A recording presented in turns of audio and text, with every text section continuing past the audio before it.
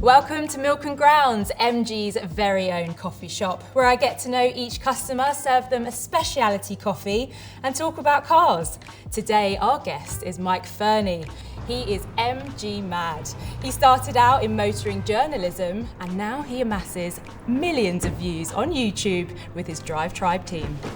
Hello Mike, how are you? I'm good, thank you. How are you? I'm good, thank you. Welcome to Milk and Grounds. Thank you, yeah, it's a cool spot. Do you want a coffee? Sure, I'm not that big of a coffee guy, but I trust you. Okay, good. I'm gonna make you something special, don't worry. Take a seat and I'll bring it over. Thank you. Hello. Here's your special drink I've made you. So this is your Milk and Grounds Plug-in Latte. Thank you very much. So the reason I have made you a latte is because we're going to be talking about plug-in hybrids today, and I feel like lattes represent that. There's just that little bit more milk compared to, say, a cappuccino, just giving you that bit more range, like an electric. Give it a go, see what you think. Yeah, solid. Yeah? Good. My skills are good for you, love that. So could you just give us a little bit of information about plug-in hybrids? Yeah, absolutely. They're kind of that ideal stepping stone between full EV and fully petrol. Basically, it has a plug within it, you plug it into the wall and you will charge up a battery. So you have quite a lot of EV range alongside your petrol engine. So you have kind of the best of both worlds in that respect. Well, as you probably know, we've got the MGHS plug-in hybrid, which has got great range, up to 75 miles, which I think for most people, that'll go far. Yeah, absolutely. If you're in pure EV mode there with 75 miles, I mean, I would be able to commute to work, go into town, even some days out in the sticks, but you'll have that petrol engine alongside it, which technically boosts your range as far as you want to go, really. Any road trip you can crack on. Yeah, it's reassuring, isn't it, for sure? Absolutely. Do you feel for people that are a little bit worried about going fully electric, it's the best sort of like first step? Yeah, absolutely. You've got that petrol engine as your proper safety net sitting there, so range anxiety can essentially disappear. If you've got petrol in the tank, you can drive electric as much as you want and then simply transition to petrol. It's really cool.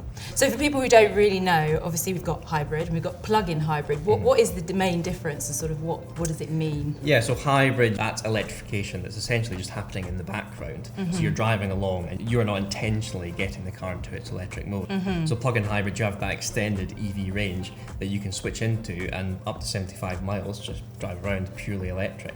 But you've got that petrol engine sitting waiting to keep you going. That little safety net, I think that's the best part, Absolutely, isn't it? yeah. So with plug-in hybrid, how do you feel it's been evolving since it first came out? Because it's getting better, isn't it? Absolutely. The aim with plug-in hybrid is to have as much EV range as possible alongside your engine. So throughout time, that range has just gone up and up and up to the point where people can now fully commute. You do a day out into town and back purely on EV. What about for people who maybe are unsure of what sort of stepping stone to take and what they should do first? Would you say plug-in hybrid is suitable for them?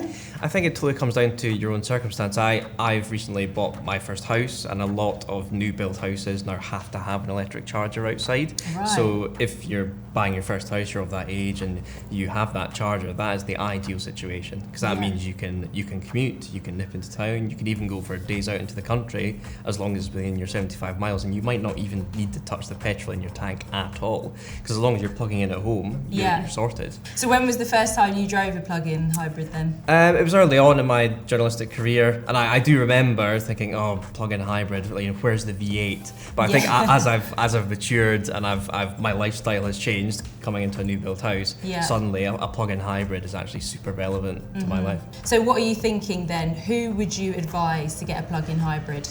Yeah, I would say someone that has access to a charger that can also, not just at home, that can also be at your place of work as well. That's becoming a thing. Yeah.